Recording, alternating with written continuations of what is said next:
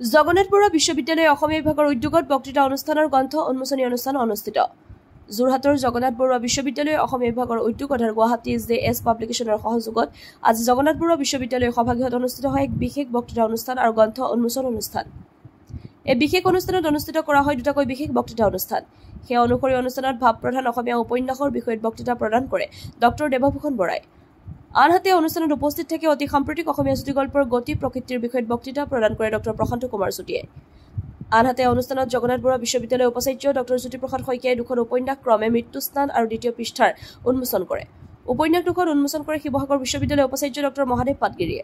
জগন্নাথ বৰুৱা বিশ্ববিদ্যালয়ৰ অসমীয়া বিভাগৰ মুৰব্বী স্বামীম নাছৰিনে সভাপতিত্ব কৰা অনুষ্ঠানৰ আদৰণি ভাষণ প্ৰদান কৰে বিশ্ববিদ্যালয়ৰ পঞ্চায়ক ডক্টৰ উৎপল জ্যোতি মহন্তই যোৰহাটৰ পৰা ধ্ৰুৱজ্যোতি পাছনিৰ ৰিপৰ্ট AM লাইভ বৰুৱা বিশ্ববিদ্যালয়ৰ অসমীয়া বিভাগে আজি এটা বিশেষ বক্তৃতা অনুষ্ঠান আৰু তাৰ লগতে দুখন গ্ৰন্থৰ উন্মোচনী অনুষ্ঠান আয়োজন কৰিছিল বক্তৃতা অনুষ্ঠান দুটাত গোলাঘাটৰ বীৰাংগনা সতী সাধনী বিশ্ববিদ্যালয়ৰ ইংৰাজী বিভাগৰ সহযোগী অধ্যাপক দেৱভূষণ বৰাই এটা বিশেষ বিষয় অসমীয়া ভাৱ প্ৰধান উপন্যাস এই বিষয়টোৰ ওপৰত বক্তৃতা উপস্থাপন কৰে তেখেতে অসমীয়া উপন্যাসৰ বিভিন্নজন উপন্যাসিকৰ বিশিষ্ট উপন্যাসৰ উদাহৰণৰ লগতে আজি উন্মোচিত হ'বলগীয়া এখন গ্ৰন্থৰ জ্যোতিপ্ৰসাদ শইকীয়াৰ মৃত্যু স্নানৰ বিষয়েও খুব সুন্দৰ সমালোচনা আগবঢ়ায় দ্বিতীয়টো বক্তৃতা গৌৰীসাগৰৰ ইণ্ডাষ্ট্ৰিয়েল ইনষ্টিটিউটৰ বিষয় শিক্ষক প্ৰশান্ত কুমাৰ চুতীয়া ডাঙৰীয়াই অতি সাম্প্ৰতিক কালৰ অসমীয়া চুটিগল্প এই বিষয়টোৰ ওপৰত বক্তব্য উপস্থাপন কৰে তেখেতেও বিভিন্ন উদাহৰণৰ জৰিয়তে সাম্প্ৰতিক অসমীয়া চুটিগল্পৰ বিভিন্ন গতি প্ৰকৃতিৰ বিষয়ে সুন্দৰ ব্যাখ্যা আগবঢ়ায় ইয়াত শিৱসাগৰ বিশ্ববিদ্যালয়ৰ উপাচাৰ্য মহাদেৱ পাটগিৰিয়ে জগন্নাথ বৰুৱা বিশ্ববিদ্যালয়ৰ উপাচাৰ্য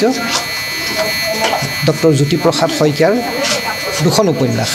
এখন দ্বিতীয় পৃষ্ঠা আৰু আনখন মৃত্যু স্নান এই দুখন উন্মোচন কৰে আনুষ্ঠানিকভাৱে তেখেতৰ উন্মোচনী বক্তব্যটো তেখেতে উপন্যাস দুখনৰ বিভিন্ন দিশ সামৰি পাঠকক আৰু উপস্থিত শ্ৰোতাসকলক বৰ্ণনা কৰে আৰু তেখেতে বিচাৰে যাতে এই উপন্যাস দুখনৰ প্ৰচাৰ বৃদ্ধি হয় ধন্যবাদ বিদ্যালয়ৰ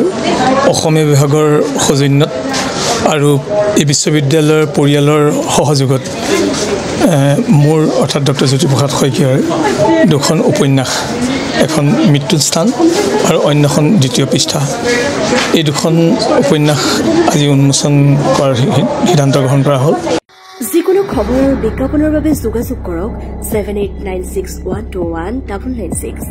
লগতে 7002537271 আৰু 9854011916